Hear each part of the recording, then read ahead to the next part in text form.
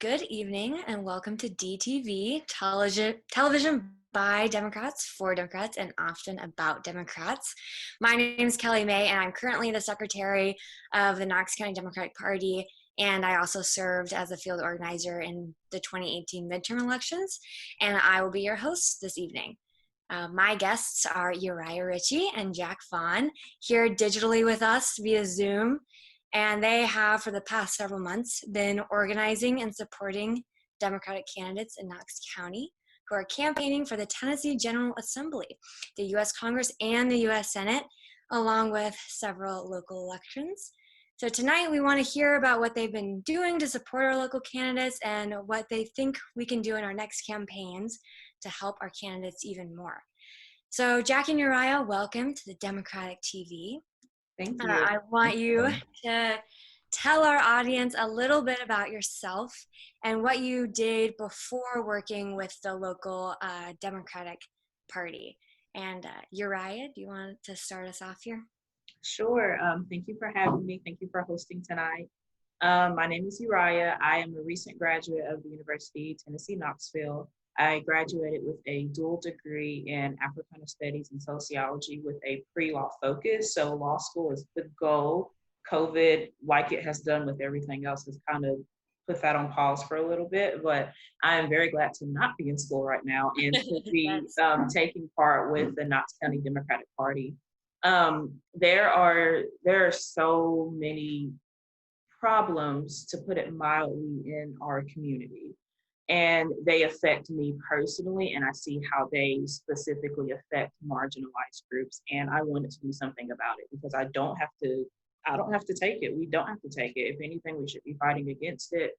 And becoming more politically engaged is my way of doing that for now, my way of doing that. And so that is what led me to the Knox County Democratic Party and the role that I currently serve right now. Awesome. Thank you so much, Uriah. Jack, you want to go ahead? Yeah, my name is Jack, and I'm currently a sophomore at the University of Tennessee. I'm studying communication studies and political science as my two majors. I got involved with the KCDP after getting involved in the 2018 election. It was the first election I could vote in, and I was super excited to begin getting involved in the democratic process. So I was an intern with Phil Bredesen's campaign and the coordinated campaign, helping out folks like Greg McKay and Jamie Ballinger as well. And it was a good introduction to the process. And KCDP was super gracious to bring me on as a field organizer following that. And I have loved every minute of the past 6 months. Yes, for sure. And that's really what we want to talk about here tonight is kind of the power of KCDP, the Knox County Democratic Party, and the power of our field organizers and what they provide to our candidates. So I kind of want to jump in with our first question of just describing what you guys do on an everyday basis. And I realize every day is very different from the last day because that's how politics works. But if you want to give some of your favorite days activities maybe, or something of that nature, that would be great to let our audience know. Yeah, totally. Yeah. Well, first off, like staffing the office is always such a fun thing to do. Just being there, seeing people's faces when they come in. It's where people vent sometimes. Yes. Not always negative, don't worry. But yes, just seeing the kind of folks that are so dedicated and so involved in the political process has been so fun. Like seeing the people like volunteers and people that have been involved for years, like Sylvia Woods, for example. Meeting people who have been involved for decades has been super fun. But as field organizers, Uriah and I kind of serve as the face of the KCDP for volunteers, campaign staff, and anyone who stops by the office. And our purpose is to organize the party's efforts and funnel that towards the campaigns and any Democrats on the ballot in Knox County. So we've created phone banks, we've organized phone banks, helped out with campaigns wherever they need it, and making sure folks who want to get involved have many opportunities to do so. And we also serve the chair and the district reps with any activities or tasks they have for us. So they give us responsibilities and we get it done. Yes. Uriah, do you want to talk about your everyday activities, or do you have anything different? So recently I came to serve as the point person for our assistant field organizers. And these assistant field organizers, they are essentially the people who we pay to reach out to voters in the community, whether it's reminding them of who their candidates are or just reminding them to get out and vote in general. So Jack and I, even though we work cohesively, we also are responsible for our own individual projects, but they often overlap. And so whenever one of us needs help, we will just fill in the gaps as needed. Yeah. Yeah, super important. It's always just a huge asset to the county party to have people there all the time and really focus on what we're doing, because volunteers can't do everything, but they do a lot. And that brings me to a question of, do you guys recruit volunteers as field organizers, or how do you get these volunteers to help you guys out? Yeah, so certainly we have maintained contact with folks who have volunteered in the past, in past cycles, and people who are involved on the district levels. But also with new volunteers who have reached out in the past year. It has been challenging being nearly 100% digital from a distance. So recruitment for volunteers has looked a little more different.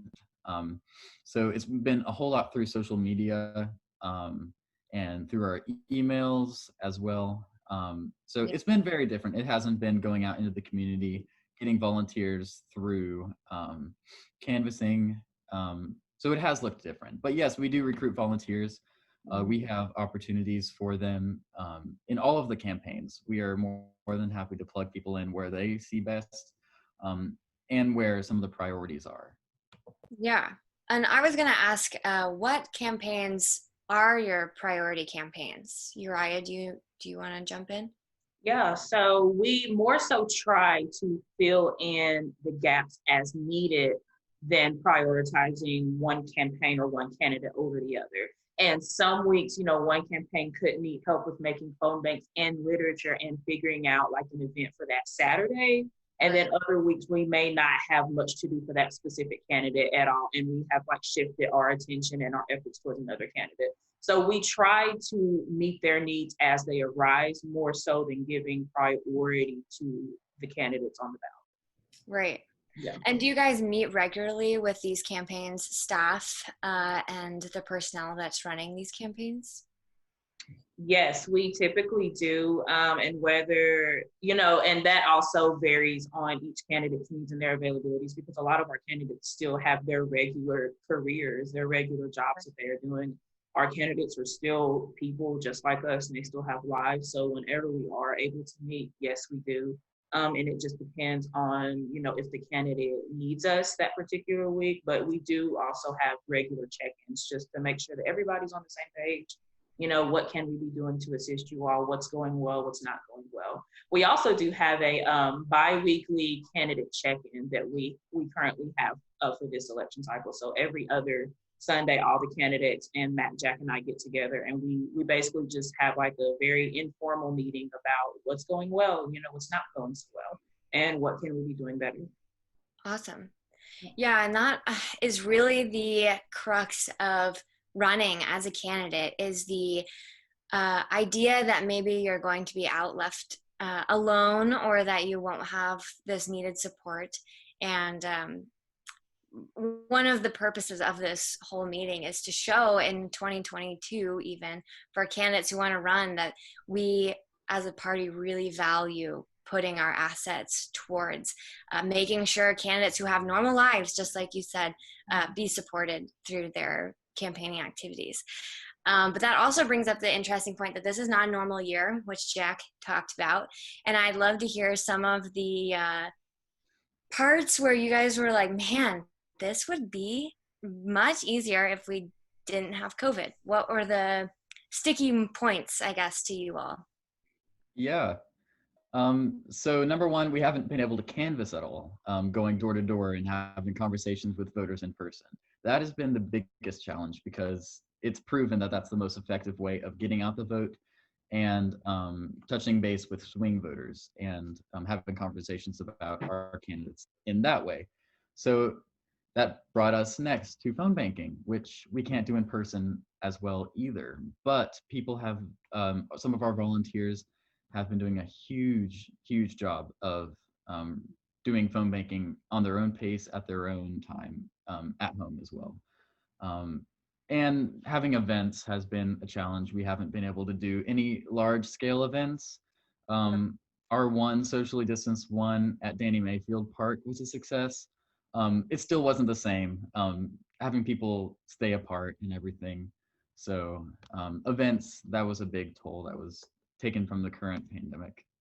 Anything Yes. else, Uriah, that comes to mind?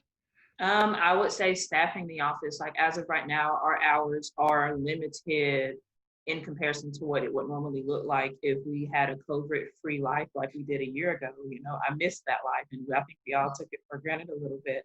Yeah. But our office hours are limited, you know, and that's just it does limit how many people can come in a day. And while that could be a bad thing because not everybody will get to make it in the hours that we have, and we recognize that, it is our attempt at making sure that we are limiting how many people do come in and out of the office, you know. And to make up for that, we also try to go out into the community as safely as possible. We are always masked. Everyone who comes into the office will wear a mask. Even if people forget it, they'll say, "Oh, I'll put a mask on." Thankful for that, because I know that does not always happen. Very thankful for that. We try to keep the office as clean as possible, as sanitized as possible. So that's one thing that does look differently, is how much we are able to physically engage with KCDP members and just people in the community. COVID has really limited that. Right.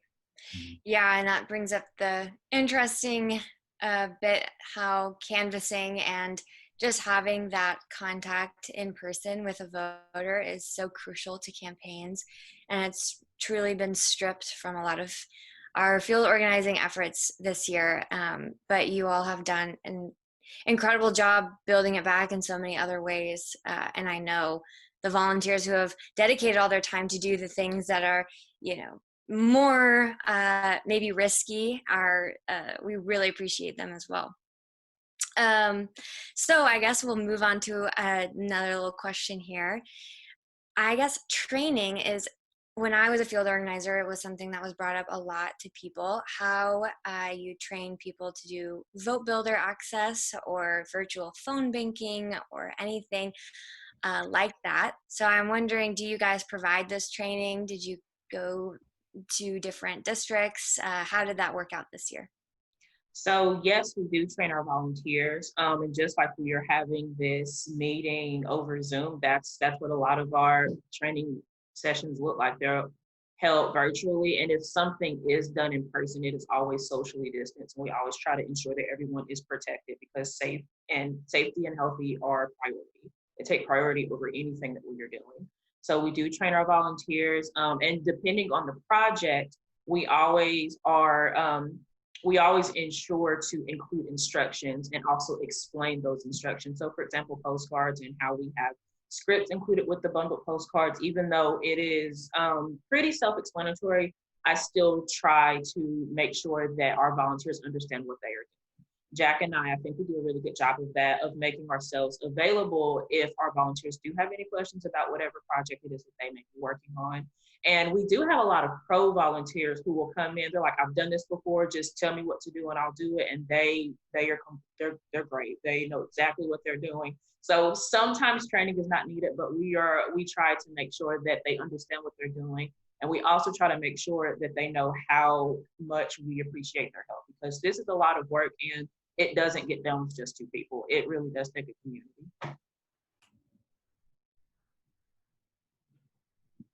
It takes a village for sure to train everybody. And also, I guess a huge crux being a candidate is, one, the training of just the volunteers in general, and also fundraising is a huge crux for a lot of candidates. Do you guys provide any advice for individual candidates on how to fundraise? Yeah, the KCDP does have a pretty large footprint in the state and in the community. including our email list as well. So we have utilized that fundraising via email for our candidates. And I know the party's connections, especially in leadership, like I mentioned. I'm sure the party leadership has much advice for future candidates to run. Uriah and I haven't done a whole lot of that as field organizers, but the KCDP is a wonderful resource for people wanting to run for office as a Democrat here in Knox County, which is becoming a more purple county.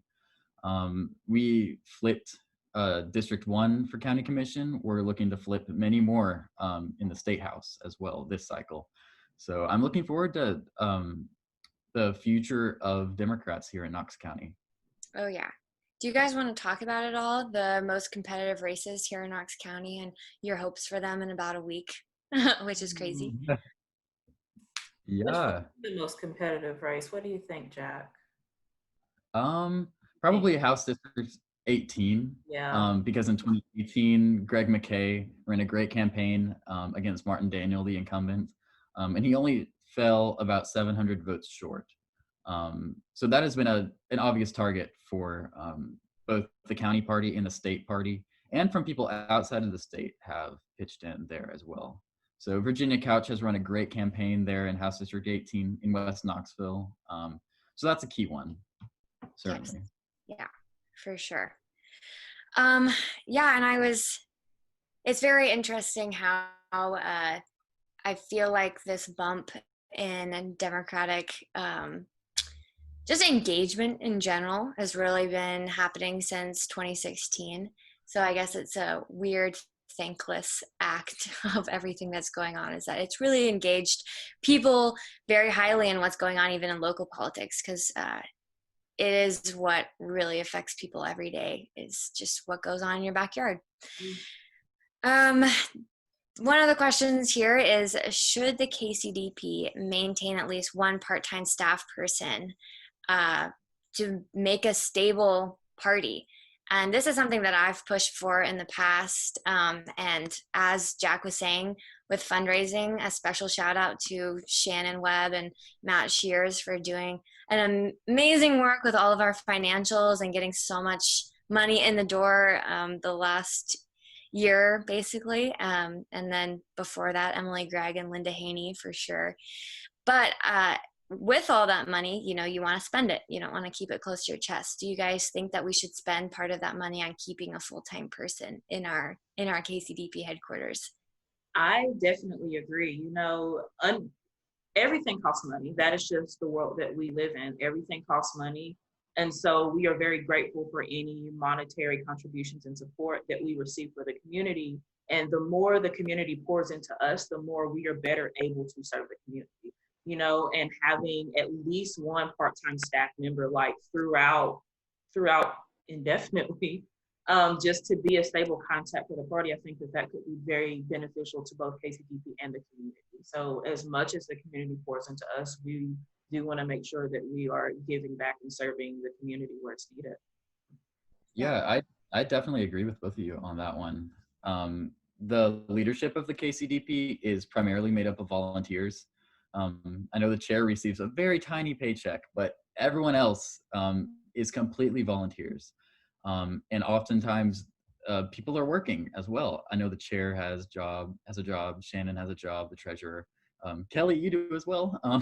So people have responsibilities aside from KCDP, and having someone who is on part-time to fill in the gaps and do tasks that leadership can provide them that they can't take care of on their own would be a huge help. So as long as the funds are there, I think a paid part-time staff member would be a huge help.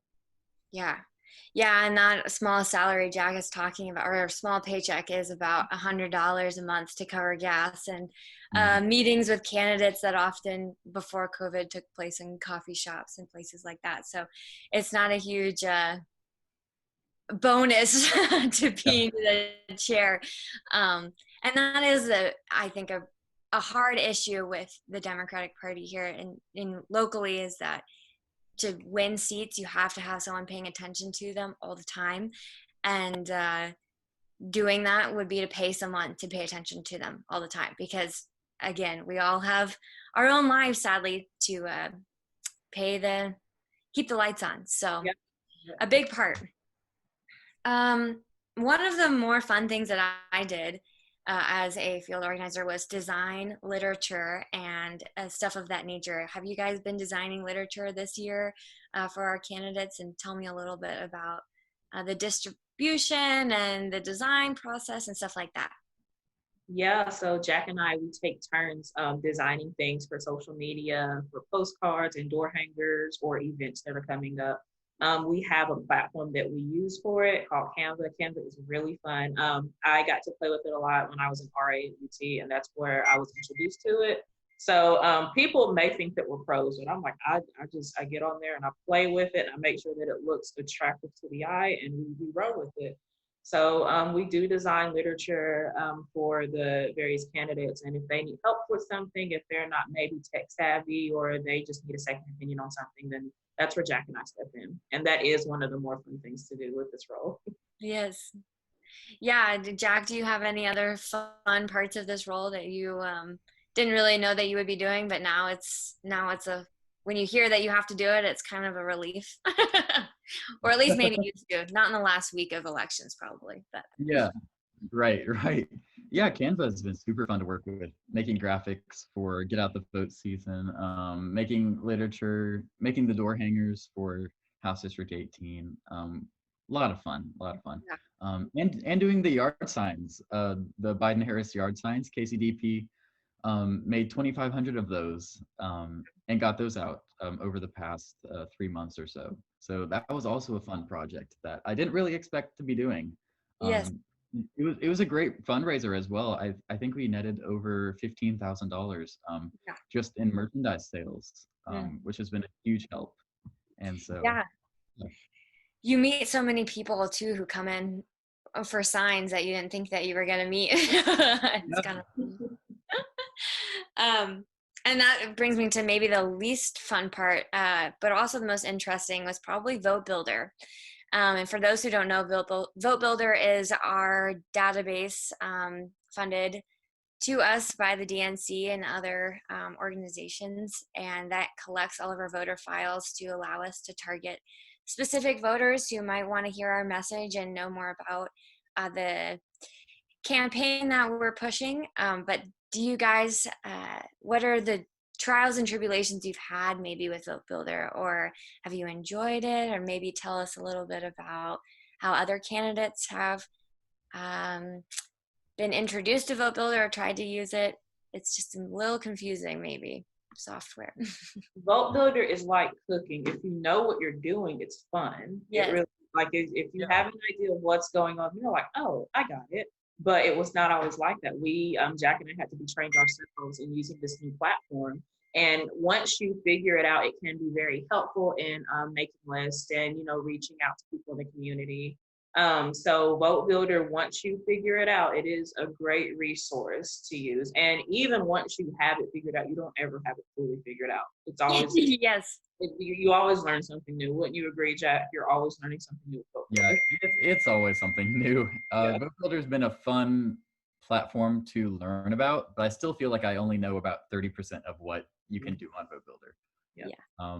But it's been a great tool for making phone banks, cutting turf for lit drops, which has been kind of our substitute for canvassing.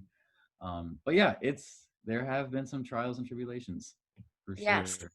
Yeah, it is. It's a little tough. And I think you have to put a lot of trust into it sometimes that a lot of people don't want to do, but it really does pay off. We've had good success with VoteBuilder, while it can be annoying. I guess another fun part that we used to do in 2018, but obviously it's a little different now, is have you guys, with KCDP, gotten to plan many rallies for other candidates, even candidates like Marquita Bradshaw running for U.S. Senate here? Or do you guys get to notify press of anything or help with obtaining permits? More of those logistics of rallies, I guess. Yeah. our one rally at Danny Mayfield Park, when Marquita Bradshaw made her run through East Tennessee, um, that was probably our biggest project there. We did have to obtain the permit. I kind of passed that along to Matt, though. That's Yes. felt above my head. But yes, the logistics of making sure all the candidates are included, making sure the lineup of speakers is set and understood and everything has been fun. Fun learning, definitely a new process, event planning. And some of the early voting rallies have probably been our second most exciting projects Yeah. outside of early voting locations.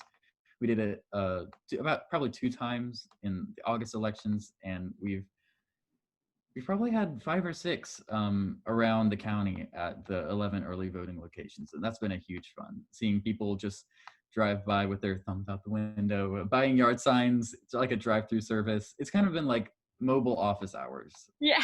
Like it's been pretty fun. That's awesome. And I guess one of my maybe closing questions that you can spend a little bit of time on here is, if you took this job, looking back when you first took the job, or even recommendations for future organizers, what do you wish you knew, or what do you hope future organizers will do for KCDP? With any role that you take on, especially I'm learning that as a fresh adult, fresh off the market of college. With any role you play, time management is key, and ensuring that you have your own system for finishing your projects is very important. Field organizers, as you know, we have so many responsibilities and different projects that we work on, and it changes on a week to week, sometimes on a day-to-day basis. So making sure that a system is in place for field organizers. One thing that I would recommend specifically for KCDP is maintaining this flexibility that we have developed in a pandemic. Jack and I, we only have ever worked for the party during COVID. I don't know what it's like working outside of COVID. And, you know, being in a pandemic has taught us how to be flexible and how to change events. Like we're only like told of events how they would have done it in the past. And so we're tasked with figuring out how to safely do it now. So maintaining that flexibility and having like a plan B, because 2020 has taught us you never know what's going to happen next. You don't. So ensuring that you can adapt quickly, that's something that I hope the party maintains, especially with like the team that's working, you know, on various aspects of the community. Yeah, for sure. Jack? Yeah, I would recommend to future field organizers to reach out to the candidates as often as you can. Developing that relationship goes a huge way. And any way that the KCDP can interact with campaigns more than they would otherwise it's certainly something that field organizers can do in their position, and it's beneficial to the synergy that the KCDP offers to Democrats in the Knoxville area. Yeah. Yes, I totally agree with all recommendations. And that actually puts us at time. So I want to go ahead and thank our amazing field organizers who have pushed us through this interesting year, we'll say. Uriah and Jack, thank you so much for joining us tonight and for all the information you have shared with us. We'll be watching closely the results of elections next Tuesday evening and hope that here in the Knox County, voters will be delivering us some victories from the work you all have done with our candidates and all the hard work our candidates have put into their races. I also want to say a special thanks to everybody who has worked with KCDP for forever or just even the last year or two. And specifically coming to mind is, again, Emily Gregg, Linda Haney, Matt Shears, LaKenny Middlebrook, Eddie Nelson, and Shannon Webb. They've all dedicated a lot of time along with Uriah and Jack here to make the county party something that we can all really be proud of to be a part of here in Tennessee, because it's not often that a county party is as successful as the Knox County Democratic Party, and I always want to remind people of that. So with that, I want to say goodnight to our viewing audience and join us next week for another interesting political discussion of interest to the Knox County Democrats. Thank you so much, Uriah and Jack. And thank you. Thank you, Kelly. Bye. Bye. Bye.